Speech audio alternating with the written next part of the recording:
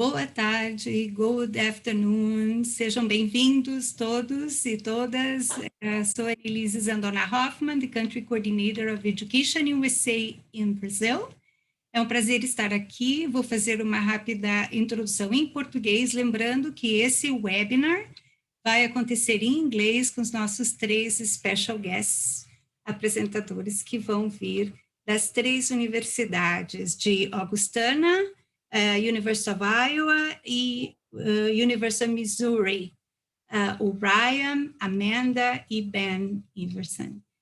Hoje nós vamos falar sobre 3 opções fantásticas dentro do centro-oeste americano, opções que vocês vão ver o quanto são interessantes e possíveis para quem está interessado em estar nos Estados Unidos. Só lembrando que o EducationUSA é a rede oficial de informações sobre estudos dos Estados Unidos, somos ligados ao Departamento de Estado americano, temos o objetivo de atender brasileiros de todos os lugares, né, de todas as regiões, todos os centros imagináveis aqui, cidades, regiões, e que estão buscando estudar em nível superior nos Estados Unidos.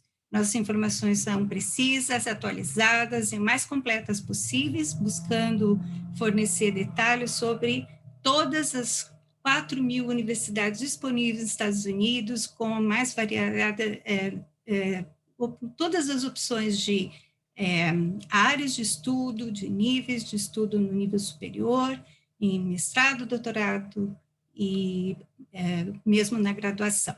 Então, os 3 vão fazer a apresentação em inglês, vocês podem aguardar para fazer suas perguntas ao longo da sessão ou mais no final, usando o chat, ou mesmo abrindo o microfone mais para frente, tá bom? Nós estamos atendendo virtualmente desde o ano passado, temos plantões diariamente, procurem a gente nas redes sociais, EducationUSA BR no Instagram, ou EducationUSA Brasil no Facebook, ou nosso site educationusa.org.br para saber das atividades, a programação de webinars, os plantões de atendimento diários, onde vocês falam com os orientadores especializados da nossa rede, que podem atendê-los e explicar o passo a passo para estudar nos Estados Unidos. Busquem as nossas informações, tá? Então, Ryan, Amanda, and Ben, welcome to our session. It's a pleasure to have you here. I'll give you the mic, and feel free to start your chat. Thank you. Thank you so much, Annalise. Muito obrigado. I'll go ahead and pull up our presentation here. Thanks to everyone for joining us this afternoon. So the format, we're going to start out with some general information. So being able to allow students some information that will kind of help prepare you for if you're looking to apply to U.S. universities either in the coming year, so the fall 2022 application cycle, or if you're a student that's a little bit younger, also providing that base of kind of understanding some of the things that you'll need to be looking at as you consider options in the US. After that, we'll move on to talking about the shared geographic region that our 3 schools have in the US. That's kind of where our title comes from, Advantages in the Midwest.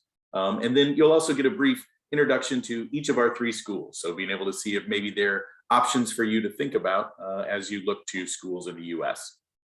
So kicking off with some general information, we'll just kind of talk about the application process and application types. So on the left-hand side, I have a few different ways in which US universities run their application systems.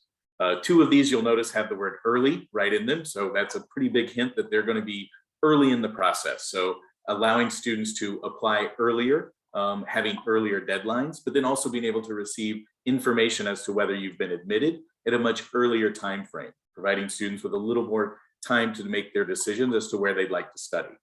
Now, one big caveat with that, and the big distinction between early decision and early action, is that early decision is a binding application process. That means students are only able to make one school their choice for an early decision application. And if you are admitted to that school, then you are expected to attend that university.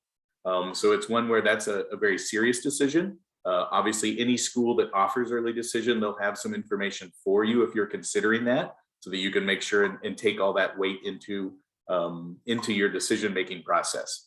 Now, advantages or reasons students may look at going early action or even early decision is that typically admission rates are higher for those periods. It allows universities to kind of have an early start on creating that class and seeing what students will be coming in for them. And it then allows students a better chance of maybe getting into some of those more highly selective schools that may be a little more difficult to arrive at during the regular decision period. Now, next on the list, regular decision. It's kind of right there in the name, right? This is the typical process that most students will go through.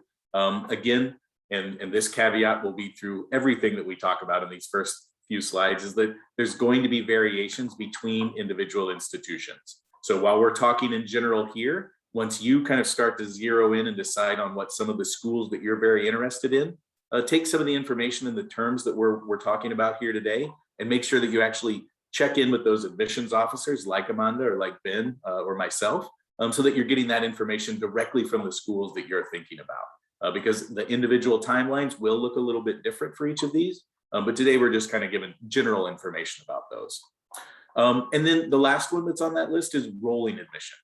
So this is an admission style in where the institution actually sends out decisions as students submit their applications, their application materials, and then the institution is able to review them and see if they would like to offer them admission. This is one where students have the advantage of being able to hear back typically within a much shorter time frame than if they're applying for schools that may have set decision dates. So again, allowing students the ability to maybe have a little more time in making those decisions. Now, how are you going to apply? Every school will have its own proprietary application. We're in 2021, everything's online. You're going to be able to find on that school's website, probably very big, bright and flashing, a button that links to their application. That's going to be an application just to that school. Now, advantages of that are if you're maybe only looking at 1 or 2 universities to apply to in the US, filling out those applications that are the proprietary application for that school will be much more to the point. Those schools know exactly what information they would like to have from students. It's going to be a little bit more of a streamlined process typically. And then you're in direct contact with that school itself if there's any issues with the application, or if you find out that maybe you filled out something incorrectly and you need to go and adjust that. Now, there's also a few ways to apply to multiple schools at once or using the same application. So 2 options of that I have listed here are the common application, which is probably, as again the name implies, the most common form of being able to apply to multiple universities. It's now accepted by over 800 different universities and colleges here in the United States. So if you're thinking of applying to say 5, 6 schools, you'll want to do your research and see if those schools all accept the common application. And then that way you can actually save yourself some time by filling out one application, which may be a little bit more lengthy, but then you just decide and send that off to each of those different member schools, and then they're able to receive it and evaluate you. Another option there is also the Coalition for College. So this is an application, a shared application platform, again, by several schools here in the US. I believe they're up to almost 100 now that work on this. And it's actually one that for those of you who maybe are not in your final year of secondary school, you can actually start kind of working on your application, saving some materials, essays, or if you're an artist, a portfolio, items like that within your Coalition application as an underclassman that can then be also submitted as part of that. Moving forward, what's the application timeline look like? So as we're talking now at the end of June, and I know for many of you there in Brazil, you're looking forward to winter vacation, hopefully coming up, exams are going well, and you're ready maybe to take a breather. For us in the US, this is also a time of vacation. So we're kind of looking forward to the start of our fall term. So most universities here in the US will begin in August or September. And that kickoff of the classes for that term is also when the application period typically begins for the next fall. So it can be one where we're full 1 year in advance, reviewing the students that will be applying for admission.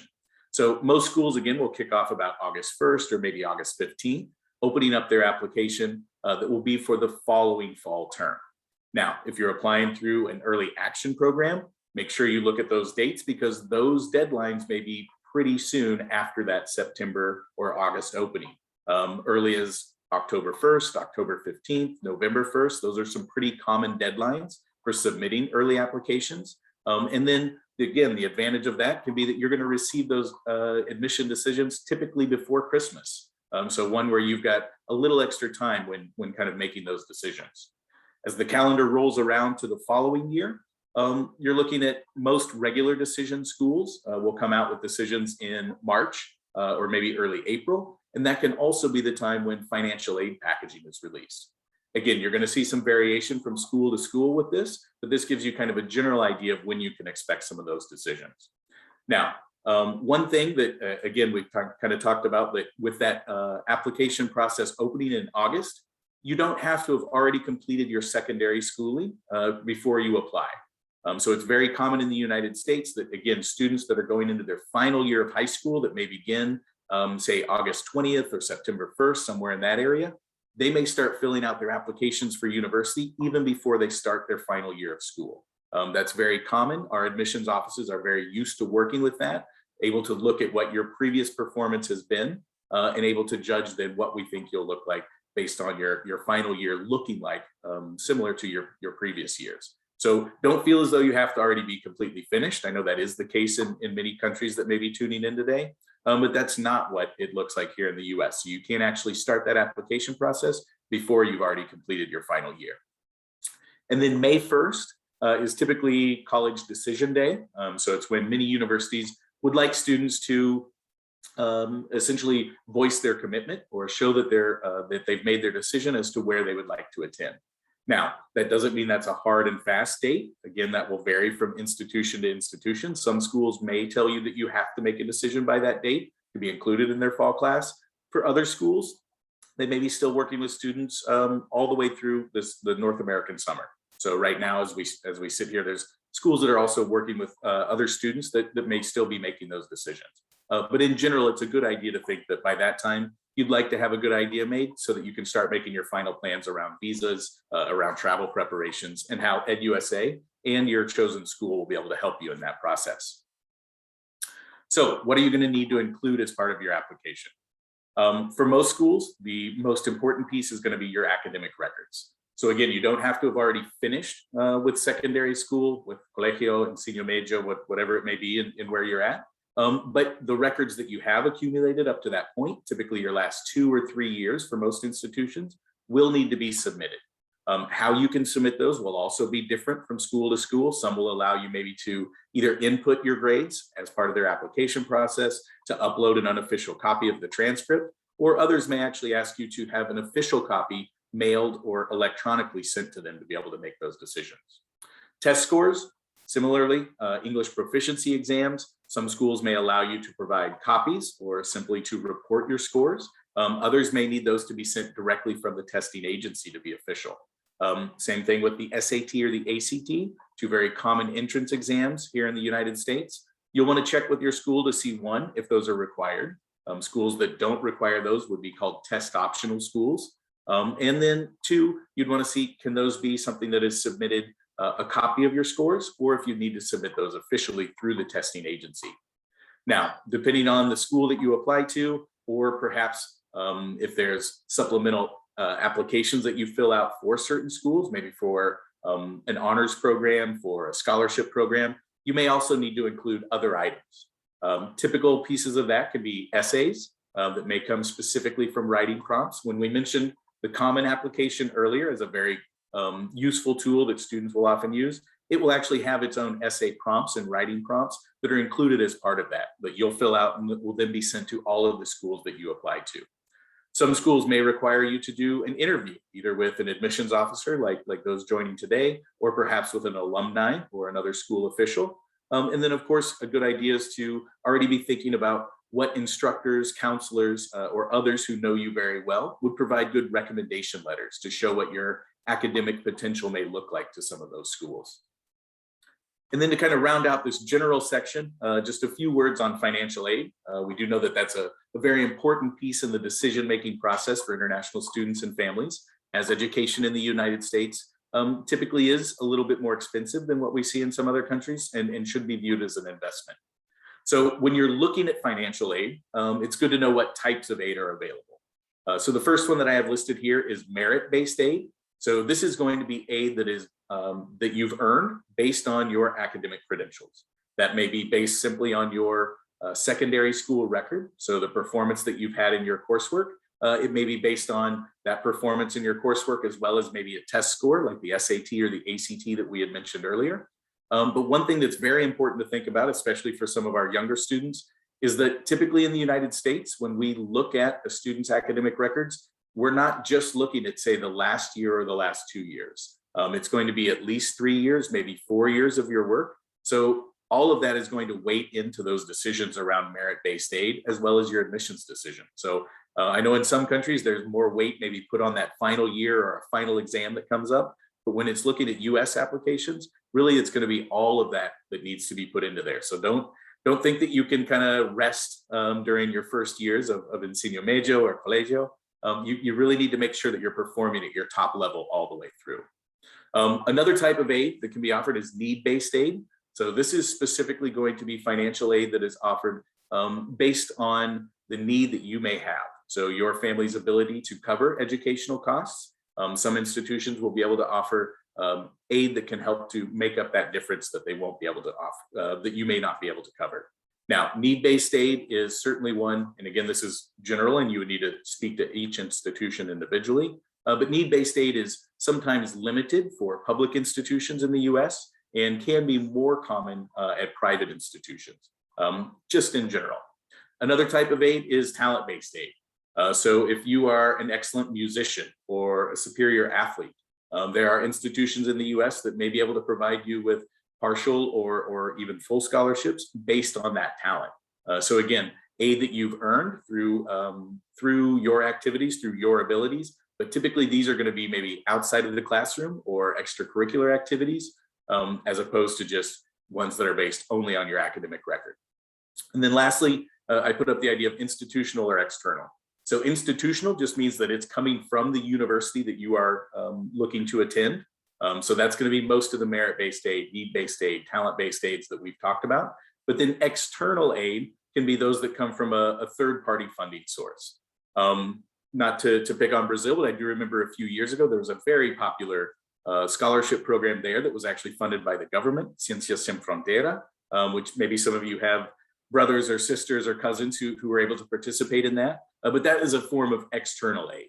So this can also not just be limited to governments, but internationally minded organizations like Rotary International, the Institute for International Education. And it's a good idea to, when you're researching and looking at maybe studying abroad, to think about if there's any external aid that you may be able to apply for and receive. Things to consider when looking at financial aid and what kind of goes into that. Number one is the cost of attendance at the institution that you're looking at. So this is one you want to make sure that you're very clear about your language. Sometimes you'll hear students say, oh, what's the cost of tuition? But that's really only going to look at your educational fees. We know that on top of those educational fees, you're going to have living expenses. Here in the United States, health insurance is not something that is provided to all citizens. So that's something that will be an additional expense that will be included in that cost of attendance. And that's going to give you a more generalized number to understand what it may cost for you to live and study for an entire year in the United States at that institution you're looking at. Now, sometimes you'll see this show up and be called the I-20 number. So the I-20 is the document issued by universities like ours to students that want to get an F1, a US F1 student visa. And so on that I-20 document, we are required to see that students have funding available for up to 1 full year of study. Now, the I-20 number, the cost of attendance number, when you're looking at those can actually be lowered, again, by the types of aid or whatever financial aid package that you're able to receive from that institution. We mentioned earlier the idea of need-based aid sometimes being tied to what an expected family contribution is. So this is essentially looking at your family's assets, your family's income and ability to fund and pay for your education, and then trying to kind of see how much is a reasonable amount for a family to be able to afford. This can be done through a number of different forms. Many schools will have their own that students may need to fill out for that. But then there's also one, the CSS profile, that is offered by the College Board, an online form that can be shared with multiple schools if they do have and require that sort of a form for need-based aid. Now, those forms can require a lot of paperwork, including tax forms, lots of financial documentation from students. So it's very important to plan ahead, again, especially if you're thinking about maybe early action applications or applications that you're going to need to have some of this material prepared for. You need to look into it ahead of time to make sure that you've got all the information there. And before we kind of wrap up with this section and turn it over to Ben, if Amanda and Ben have anything they'd want to add to what I've said here, certainly welcome to jump in. Well, great. Well, now I'm going to turn it over to Ben and let him introduce you to our home here in the middle of the United States. All right. Thanks very much for that overview, Ryan. That was a lot of information, but I think it was really good information. And obviously, we welcome questions at the end. If you have questions about terminology or whatever it might be, we're happy to answer those kinds of things when we get to the end here. Feel free to type that into the chat. But my name is Ben Iverson. I'm Director of International Programs at Augustana University, a small private school in the Midwest. And I'll talk a little bit more about that in a second. But I guess we've kind of given away the answer to this question, but what do 225,000 international students have in common? Next slide, Ryan. Maybe. There we go. There's just a little lag. They live and study in the Midwest. And so I'm not sure in Brazil and other parts of Latin America if you know too much about the Midwest. So that's what we're going to share over the next 5 to 7 minutes is just some details about where we live and study. But indeed, this is a popular place for international students to study. So just about 21% of all of the international students in the United States study in this region where Augustana, Mizzou, and Iowa are located. So the Midwest is really one of 5 or maybe 6 regions, depending on how you break it up. And obviously, you can see it's that light blue color there in the middle, made up of about 12 different states. In some ways, it often is divided in half, and we sometimes think about the eastern Midwest, so from Wisconsin and Illinois eastward, and then the western Midwest, if that makes sense, the 7 states or so that are here where my cursor is. And that's, in fact, where Iowa, Missouri, and South Dakota are located, where our 3 schools are. So yeah, go ahead and do the next one. Here's a little zoomed in version of that. So you can see Augustana is located here in Sioux Falls, South Dakota. The University of Iowa is located in Iowa City, Iowa. And furthest south is the University of Missouri in Columbia, Missouri. So not too far apart by American standards. You probably know a little bit about the Midwest without really knowing you knew anything about the Midwest. So my guess is everybody's seen Mount Rushmore in a movie or in pictures or something someplace. So that's the most famous monument by far, I think, in South Dakota. You might have also seen the Gateway Arch here in the city of St. Louis, one of the biggest cities. Is St. Louis the biggest city in Missouri, Ryan? Or is it Kansas City? Okay, St. Louis is the biggest city in Missouri. The Mississippi River, of course, is the largest waterway in the United States. So you know a little bit about some of the things here in the Midwest. The Midwest maybe isn't known for being quite as culturally diverse in some ways as the West Coast or the East Coast of the United States, but it is in fact diversifying. You saw that 20% or so of the international students are located here in the Midwest, and we do certainly have Americans. These are a couple of religious examples. Obviously, there are a wide variety of different elements of diversity, but you can find people from all walks of life here in the Midwest as well. All right, so some of the advantages of the Midwest, maybe you know some of this already, but if you think about something from outside of the bigger cities in Brazil or where you live in Latin America, there are probably some similarities with slightly smaller places, but also some key differences too. And so I think that one thing about the Midwest is that when you look at crime statistics in the US, this region of the US tends to be one of the safest places you can live. And so if mom and dad are a little bit concerned about sending you so far away, you can tell them with confidence, and I'm going to show you a slide or two with some statistics that you can even show them. This is one of the safest places in the country that I could go, and that's really true. Mom and dad should feel comfortable sending you here. I think the environment here is very clean. We tend not to, at least compared to much bigger metropolitan areas, have quite as much pollution. Part of that, of course, is because there aren't quite as many cars and trucks and buses, and the population isn't quite so dense. And so in some ways, the Midwest does have large cities. So if you think about St. Louis or Chicago or Minneapolis, those are some of the largest cities in the United States. that are here in the Midwest, but they've done a good job in some ways of building out rather than just building up like in Manhattan, where everyone is concentrated in a very, very small geographical footprint. And so if you think about pandemic, even, like during COVID, the Midwest isn't a bad place to study just because there are fewer people sort of on top of one another in a lot of ways. Another advantage, I think, is the low cost of living here. This might be the biggest advantage in my mind. I'm maybe a financial, I'm kind of an old man financial guy. I want to know the numbers, right? And so I think the beautiful thing about the Midwest, and one of the reasons that a lot of international students study here, is that the cost of living is quite low, including the cost of universities, at least if you compare us to very similar types of universities on the East or West Coast, where the cost of living is quite a bit higher. So in other words, students here in the Midwest get a very, very good quality of education for not quite as bad a price as what you might find in other regions of the US.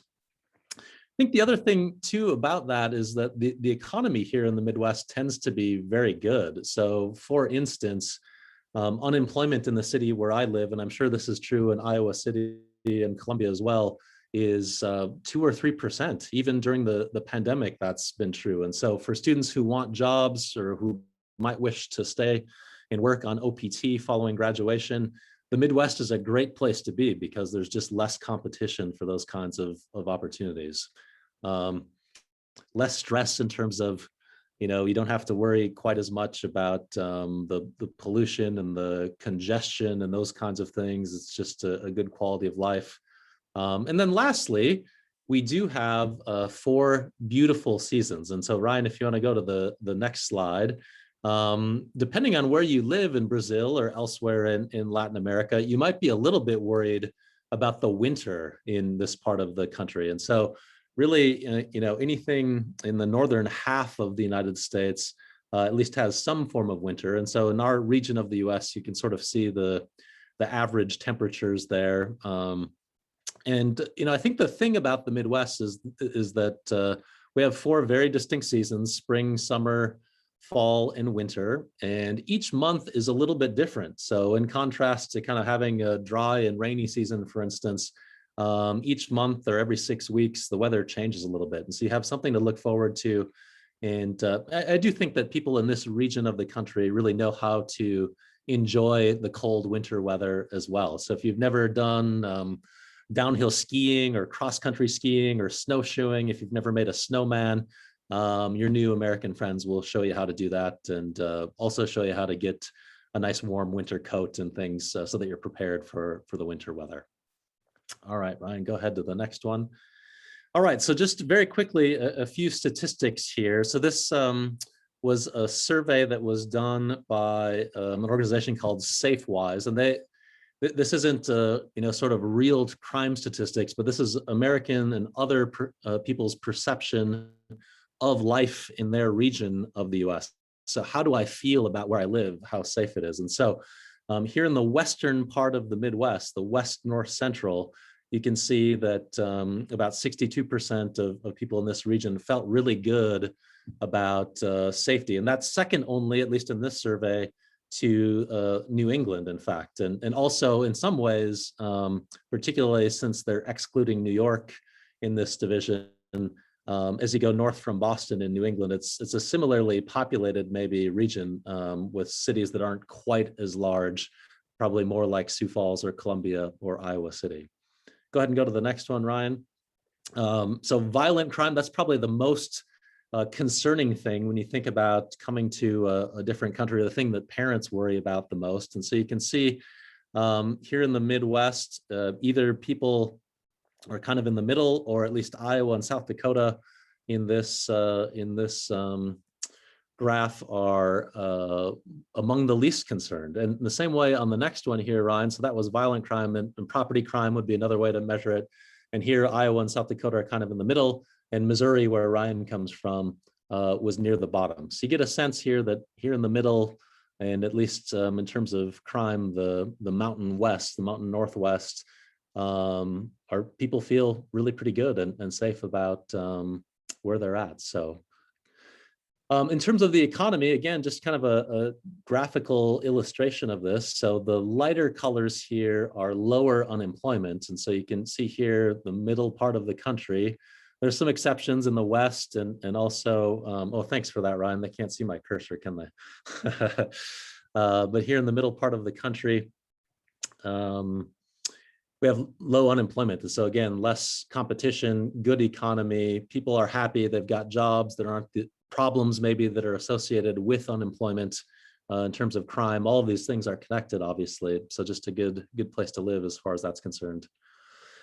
And also the growth. So it's one thing to have low unemployment, but also this part of the country is growing really quickly. And so in this graph, you can see Sioux Falls and Iowa City are among the fastest growing, and Columbia, Missouri is not too far behind with almost 10% growth year over year. And so it's always good to be part of a growing dynamic community. Lots of young people are attracted to these kinds of places for sure. And lastly here, you can see that this is the relative value of $100. And so you can see in South Dakota, they say it's you really get $113 out of $100 worth of value. In Iowa, about 110, and Missouri, about 111. And so this just goes to show you that what I was saying earlier, that your dollar stretches, or your HEI, as the case may be, stretches a little bit further in this part of the country where the dark blue states are, compared to, of course, we know New York and California are very famous states in a lot of ways, but your dollar doesn't stretch nearly as far in much more expensive, in Hawaii too, of course, would be that way in those kinds of places. So go ahead to the next one. And then this is my last slide before I turn it over to Amanda. And so this organization called Livability.com ranked, and I think this was from 2019, ranked the top 100 metropolitan areas in the United States for the most livable places. And so Iowa, Columbia, and Sioux Falls, or sorry, Iowa City, Columbia, and Sioux Falls all made the top 10. And again, this is kind of the combination of all of those things that I was just describing, right? Good economy, price of housing isn't so large, lots of cultural activities, good education, safe place to live. That's what they define as a livable place. And so we think, although it may not be as glamorous and famous perhaps as New York City or Los Angeles, it really is the ideal type of environment for you to be a student. Not too many things to worry about, so you can focus on your studies and having a good time. So now I'll turn it over to Amanda, who's going to talk a little bit about Midwest culture and some of the support that universities provide in our region. Go ahead, Amanda. Hi, everyone. Thank you, Ben. My name is Amanda. I am one of the admission counselors over at the University of Iowa. I am originally from Porto Alegre, Brazil. So I was an international transfer student in the spring of 2017. I transferred to the University of Iowa into the Midwest, where I graduated in 2019. And so I remember one of my first impressions when I was on campus at Iowa was that everybody just smiles too much, and it would just freak me out. I would always think there was something in my face or something wrong, when then I realized just people are super friendly. When you go to New York or California and you smile at people, that's not a normal thing. And so when you definitely go here to the Midwest, anywhere you go, people are always smiling. And also, if you need help, people kind of figure out by your face and they'll just automatically come and offer help for you. That's something that I really enjoyed. I think, especially being from Brazil myself, I think family and community is something that is very important to us South Americans. We value it a lot. And so that was something that was really important to me when looking at a university, was somewhere where I could feel that I was a part of a community, that I could create a family of myself. And certainly the Midwest itself definitely did that for me. A really awesome thing about schools that are in the Midwest is that we will automatically reach out to you, whether you want to or not. We want to make sure that you're just adjusting on campus and that you're having a good time. So we have a lot of resources to help with you. First, when you start, you're going to contact or be contacted by a variation of ISSS, which stands for the Immigration Services for Students and Scholars. So these are the people that are going to help you with your visa, with all of your immigration questions as you're ready to transition to the university. And then as you're on campus, you'll have an orientation who's going to help you for however long that orientation goes, to just coming, making sure that you're ready for classes. And then once you're ready here for classes, there is a bunch of academic advisors who are going to help you with your classes, career advisors, whether you want to find internships, research opportunities, or even jobs on campus. There is also a lot of different student organizations that can be either related to your nationality or just for international students as a whole. And then, of course, a lot of just support services, right? Tutoring, anything related to your academics. And so that is something that you really do get advantage of, is that students, faculty, and staff in a Midwestern university are just promptly and ready there to help you transition, and just want to make sure that you're having a good time, and that they will ease your homesickness, because it will help. It will happen, don't worry, but having those resources and those people there willing to help you is such a great thing. And so that's something that I'm very thankful for when I was a student there.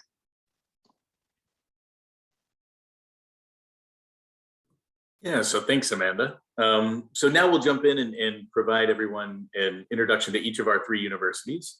So first off is the University of Missouri. You'll see that we often go by our nickname Mizzou. So I'll probably half and half refer to us as Missouri or Mizzou throughout the presentation, and that's pretty common. We are a large research university. We've kind of already talked about where we're at, but the black map down in the corner reminds you of where Missouri is. We like to say we're right in the heart of it all, the center of everything.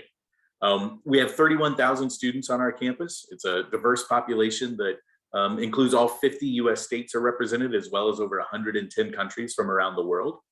So we have a wide range of students who choose to come and study with us. A comprehensive university. So you'll see we offer over 300 different degree programs, from bachelor's, master's, PhDs, and certificates. At the undergraduate level, so for students that will be looking to come in and earn a bachelor's degree, we have just under 100 different options for students. So a wide range of coursework that students can choose from. And I also mentioned that we're a research university. So the next two bullet points I have here are really tied to that research function of our mission.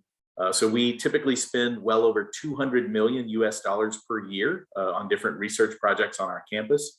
That puts us as one of the elite research universities in the US. We're proud to be a member of the Association of American Universities, which is an invitation-only group of some of those top research and teaching schools throughout all of North America. Now, as a potential undergraduate student, what does that research focus mean for you? One of the big things is that sort of a focus and that sort of a research mission attracts some of the top scholars from different fields who want to come and be supported in their research. So they want to be on a campus that has the sorts of facilities that we're able to offer, that has that sort of a research budget. And that means that we have top scholars amongst our faculty. Those are the same scholars who are going to be teaching you, even in your first year calculus or engineering or humanities courses, right? So you get to learn from the best. It's also a function of the fact that we are one of the top schools in the US for involving undergraduate students in research. So we actually have a Office of Undergraduate Research on our campus that's here to help students to actually create, formulate, and then fund and get the support they need for different research topics. So it's certainly something that we try to involve students in as much as we can. And then the last bullet point I have here is the Missouri method. So that is a instructional philosophy that we have across our campus that really emphasizes experiential learning, learning by doing, getting your hands dirty. We don't want you to just learn about your future career. We want you to be involved in it even while you're on our campus. So one of the ways that kind of manifests itself is through our hands-on learning programs. So that idea of learning by doing. No matter what you decide to study on our campus, we want you to essentially already have that experience within that career by the time you graduate and receive your diploma. So some of the different photos over here in the bottom right-hand corner, that's actually our KONU news station. It's an NBC affiliate news station that's fully owned by our School of Journalism. So for students that are going into want to study broadcast journalism, you're actually creating a portfolio as part of your school curriculum. It's one where I love weekends. I actually intentionally watch KONU News because I get to see my students from all over the world that are the presenters, they're the broadcasters, they're the reporters who are actually making that live broadcast, working with a professional news crew at a TV station, but they're the ones who are doing it. So by the time they graduate, they've done what they're already setting out to do. And so I kind of want to tell the story of studying at Mizzou, actually through the lens of one of our students. And so here, meet Mariana. So Mari actually just graduated last month in May. So she unfortunately had to, like you all, go through some of her studies during this pandemic time, and it looked a little bit different. But Mari really gives us a nice view of kind of some of these themes that I wanted to talk about the University of Missouri. So she's originally from Brazil, from Sao Paulo. She studied in our international print and digital emphasis area within our School of Journalism. She also ended up getting a minor in art history. So one thing that I actually sat down and interviewed Mari via Zoom prior to this to kind of get some of her comments. And one thing that she wanted to make sure that I kind of emphasize to students coming from South America, and in particular Brazil, is that there's an amazing amount of flexibility with US coursework and with the options that students will have. You're going to have so many more options to kind of create your own experience here, not just within the classroom. So the ability to maybe add a minor, to add a double major, to be able to change majors without essentially being penalized and having to go back and start over. But then also being able to shape what you'd like around your extracurricular involvement. So on our campus at Mizzou, we actually have over 600 different student organizations that students can be a part of. And Mari, it seems like she was involved in probably about 550 of those. The girl, frankly, was everywhere during her time on campus. Obviously, with her interest in journalism, she wrote for our Maneater, which is our student-run newspaper. She also then wrote for our Professional Columbia Missourian, which is the daily newspaper here in our city. Again, owned by our School of Journalism, staffed by professionals, but then also integrating students within their curriculum into that professional newsroom. She was a leader on our Missouri International Student Council. She was part of our Women in Media, Mizzou Women in Media Mentorship Program. So really a wide range of activities that she took place in and kind of showing what could be available for students if they choose to come here. I also mentioned that idea of learning by doing. So we really emphasize students getting out and practicing that work, right? So Mari certainly did that in her 4 years here. She actually had 4 different internships during the months of June and July, the North American summer, which are typically vacation. A couple of times she went back to Brazil. She was probably missing the feijoada and the pão de queijo, wanted to go back and see her family, but she was able to turn those into professional experiences as well. She actually wrote for a local publication there, Jornal Choca, as well as then Forbes Brazil, which she continued to contribute to up until her graduation. Last year, between her 3rd and 4th years here on campus, she was selected for a very prestigious Dow Jones reporting internship. Originally, that was going to have her in Phoenix, Arizona, but given the pandemic, she actually performed that virtually from here in her apartment in Columbia, Missouri. And then right now, I mentioned that I had just Zoomed with her last week, and that was from her apartment in New York City, where she's currently a copy editor intern for the New York Times. So taking advantage of that optional practical training that Ben had mentioned earlier that is available to students on their F1 visas, she's now working professionally with the New York Times. So a great kind of example of what students can look at and look to do here. And to tie this back to the application process, so again, if you're a student who's looking at maybe thinking of fall 22, the application process to Mizzou is pretty simple. Again, our proprietary app is a possibility, or we're a member of the Common Application. Students would just need to then pay the $65 application fee and arrange for their academic transcripts to be sent to us. And then if you have test scores, the ones that are required would be an English proficiency exam. So TOEFL, IELTS, we do accept the Duolingo English test, which can be a little bit easier for students to access and take. And then SAT or ACT, we are test optional, though I do recommend if you have the opportunity to sit for those exams, that would be a good case, especially when we're looking at scholarships. So that's a little bit from Mizzou. And again, if you have any questions, we'll certainly share our contact info at the end. But now I want to turn it over to Amanda to introduce you to the University of Iowa. Thanks, Ryan. Hi, everyone. Amanda here again. So I will be talking a little bit about the University of Iowa. And so as you can see right there on the map, you've seen already throughout the presentation, but again, we're located in Iowa City, Iowa. It's about a 3.5-hour drive from Chicago, which is the biggest airport nearest to us. And that's typically where students are flying from internationally in order to get here to the university. And so we have around students total around 31 to 32,000 students. This is including professional and graduate students as well. If you're looking at just the undergraduate level, we have around 22 to 23,000 students. We have over 100 nationalities represented on campus and around 2,500 international students currently on our campus as well. So if you want to go to the next one, Ryan. A little bit about our campus, and something that makes us, I think, really special is that right here in the middle, you're going to see a building with a little gold dome. That's going to be our Pentacrest area. So those 4 buildings surrounding that building will be the heart of our campus. We're organized by a river that's a little bit on the upper corner. So that means that we're going to have a west side of campus and an east side of campus. This is important because on the west side of campus, that's where all of our graduate students are located. And that's also where our University of Iowa hospitals and clinics are located. So if you're a student interested in anything related to the health sciences or the health field, this is an awesome opportunity for you to come because we do have an awesome teaching hospital just across the river for you. Now, when you look down the river where that Pentacrest was that I told you before, that's the east side of campus. And that's where, as an undergrad, you spend the vast majority of your time. As a student, that's where I spent almost all of my time going through all those buildings. And something that is awesome about Iowa that I already mentioned, the US in general, is that when you're walking, the more you're connecting with people, the more you're meeting people, the more you're just saying hi and smiling to each other as you're going and coming from classes. So this is a really tiny little niche opportunity for you to just get to know and meet and create an awesome opportunity and community.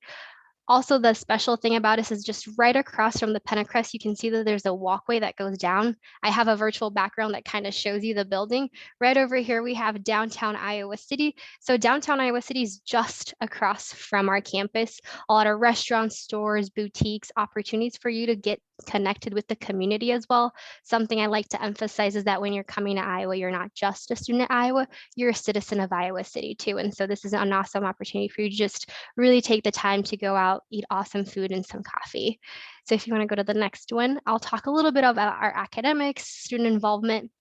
So we have about a 15-to-1 student to faculty ratio. So despite us being in the Big Ten, so that NCAA conference, the Division I, you still have the opportunity to connect with your professors. We have about 4% of our classes that are going to be over 100 students. The vast majority, so over 80% of our classes are going to be about 30 students or less. So again, a lot of our classroom sizes are going to be smaller when compared to other schools that are a part of the Big Ten. So a lot of that connectivity as well. And then the opportunity for you to communicate with your professor, go to their office hours, create and establish those relationships with them too. Much like Mizzou, we are also a research institution, so a lot of research opportunities. A lot of your professors are also scholars and researchers, so a lot of opportunity for you to get that hands-on experience. When it comes to meeting students, we have over 500 different student organizations on campus. Something that I like to emphasize is if for some reason you are interested in something that we don't offer, you're more than welcome to bring that to Iowa and create your own club. So student organizations are always growing and being created as you're going through your time here.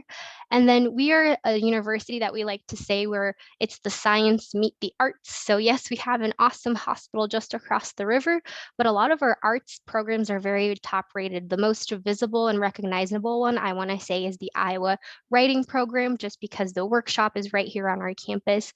And so you can see on our slide, we have over 400 performances yearly that are all very heavy in student involvement. So if you want to be an engineer, but still be involved in, I don't know, marching band, choir, theater, you're welcome to continue that at Iowa with us.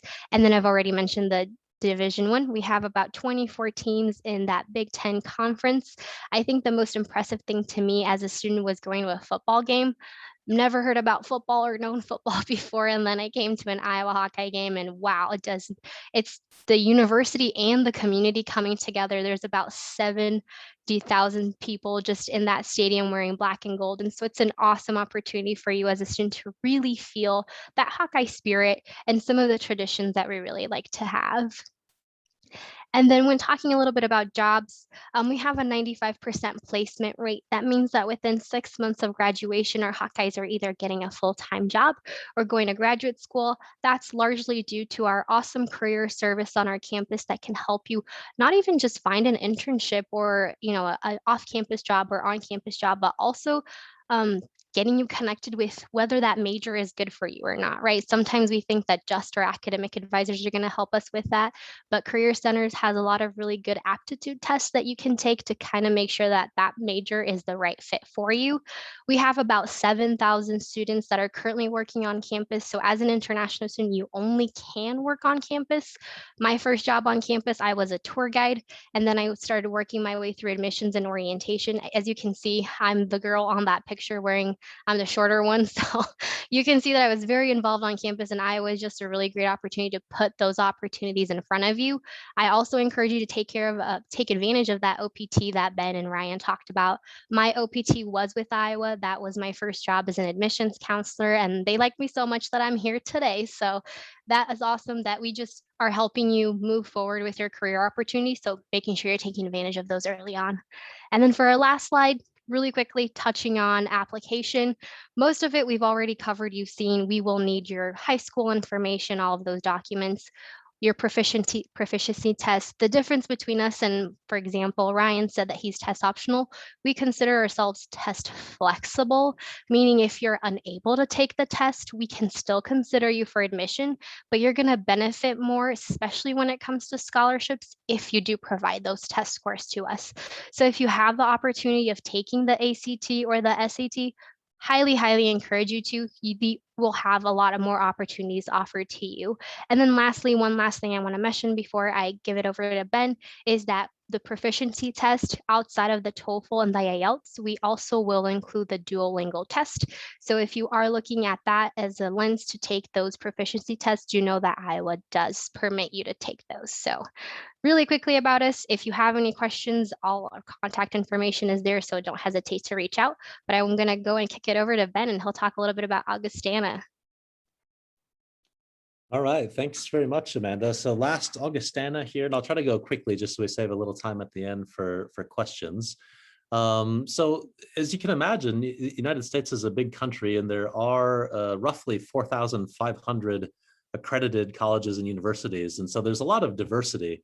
And you just heard from two fairly large, very large maybe, public universities. And Augustana is quite different from these two schools in some ways, in that we're a small and privately funded university. And so in contrast to 30, 40, 50,000 students, we have 2,000 students at the undergraduate level here at Augustana. So quite different in terms of size, still relatively diverse, 150 international students, about 45 countries represented or so. That might increase a little bit here as we hopefully come out of the pandemic.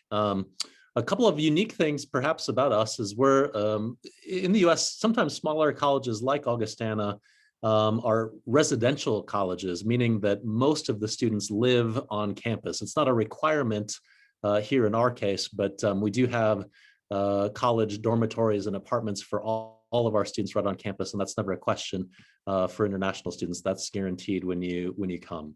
A couple of unique focuses, since there's so many universities, often we kind of have unique niches or specializations. And so one for us is a focus on what we call high impact learning experiences. So some of the research that Ryan and Amanda talked about a little bit as well, definitely opportunities for undergraduates there, but we're also really focused on helping students find things like jobs and internships and volunteer experiences, study abroad, ways to get your hands dirty in the real world so that, at the point that you're applying for that first job or for graduate school, you have a nice breadth of experiences, both inside and outside of the classroom. And when it comes to study abroad in particular, Augustana has a deep focus on international education. We send about half of our American students abroad by the time they graduate, in fact, and that's about 5 times the national average. So this is a well-traveled kind of place where people are interested in the world and will certainly welcome you as international students, I think. Go ahead into the next one, Ryan, if you would. So here, it's a little hard to see, but an aerial view of the campus. So again, small campus, but nestled in a relatively big city. The city of Sioux Falls, the metro area, is about 250,000 people. So not huge like Rio or Sao Paulo, obviously, but for the Midwest, a medium-sized city, big enough to have all of the things that you want to do in terms of a huge shopping mall. There's 12 Starbucks in the city. There's a city bus system. It's got all of these things, but it's small enough, of course, to be really safe and family-oriented and friendly culture, I think. So it just gives you kind of a sense of the scale of the campus there. In terms of academics, obviously, as a small school of 2,100 students, we can't offer quite as much as what Mizzou and Iowa have in terms of majors, but we do have quite a few, over 100 majors, minors, and pre-professional programs. You can see some of the most popular ones, at least for international students there on the right. We're particularly here known for business, in part because South Dakota has some tax laws that make it really advantageous for banks and insurance firms and investment firms and those kinds of things to locate here in the state from a tax perspective. So lots of good internship possibilities and job possibilities with financial companies in particular. And then, as you would expect, you can see it in the fine print there, you know, as a smaller school, one advantage perhaps we think is just that class sizes tend to be relatively small here. The average is about 21, and you get lots of personal attention, of course, from your faculty members and so forth. Go ahead to the next one, Ryan. So we've kind of talked a little bit about this. You get a view there of what Sioux Falls looks like. There's a waterfall in the city. It's probably not quite as beautiful as a Brazilian waterfall, but that's where the city of Sioux Falls gets its name. Good place for jobs and internships. And in fact, Forbes magazine, kind of a famous financial magazine, it's been quite a number of years in a row, has ranked Sioux Falls the #1 best small city, in fact, for business and careers in the United States, kind of the confluence of all those factors we talked about in the Midwest previously. Go ahead, Ryan. So you might ask, okay, so there's 4,500 universities. What makes Augustana unique? I've talked about our special focuses a little bit. One thing in terms of the application process, we don't charge an application fee for international students. So if you're just kind of exploring, there's no risk as far as that's concerned. We offer some good scholarships for international students, good value in this part of the country in general, as I talked about before. And I would just say too, one final thing to highlight, probably similar to Iowa and Mizzou. I think that we just have a really active campus environment. Students are really engaged in lots of things. It's not the kind of place where people go to class and then just sit in their dorm room and study all night. There's, even as a small school, we have about 150 different clubs and organizations students can join. And many times they're involved in lots of those things all at the same time, which is great. Go ahead, Ryan.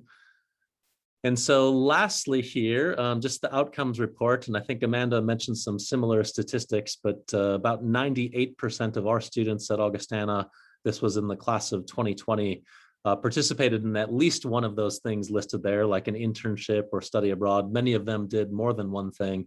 And I think that that's a huge reason that we have, even during the pandemic, a 97% job placement rate. Students are graduating with the skills that employers want and having success. And so even during the pandemic, I think that's pretty impressive. So go ahead to the last one, Ryan, if you would. And so we've reached the end. You've got our contact information there. And so I know that Ryan and Amanda and I would love to hear any questions that you have after the fact, but I think you've got a few minutes now where we can answer a handful of questions from you. And before I turn it over, I just want to leave you with 3 kind of takeaways from the presentation today. So one, be sure to remember a little bit about what Ryan talked about in terms of the new terminology and understanding timelines in the US. I think timelines in particular is the most important thing. If you apply the day after the deadline, most schools are going to say, I'm sorry, but you missed the deadline, right? So that's a really important thing. And certainly the dates and so forth are a little bit different than in South America. Hopefully you learned at least a few new facts and advantages about the Midwest in terms of the cost of living and safety and the friendly culture, those kinds of things that I think will be familiar to you and will help welcome you to the country. And lastly, I hope you remember at least 1 or 2 details about Augustana, Iowa, and Missouri, 3 of kind of the premier schools in this region of the US. And as you think about studying in the US, we hope you'll consider us. So those are my 3 takeaways. But with that, we'll turn it back to Annalisa, and just happy to answer any questions you might have. Thank you, Ben, Amanda, and Ryan. You did a terrific job here. Congratulations. Including the takeaways that summarize very well all the topics you covered and how important it is to consider a more diverse options that you have, right? So I hope everybody enjoyed the session. I don't know if you have any burning questions you would like to address. I don't mind staying a few minutes more. If the presenters don't mind, we can have someone opening the mics and asking, or take advantage of looking at the email addresses here to connect with the presenters directly and ask your questions if you would rather do that. And I hope we can do another session like this, Ryan, Amanda, and Ben, in maybe August or September, once we have a new semester starting in Brazil. I'm sure we would have more students coming again, and considering the all the benefits you were sharing with us today, because they were. I think we'd be happy to. We Yes. love the invitation. Thank you.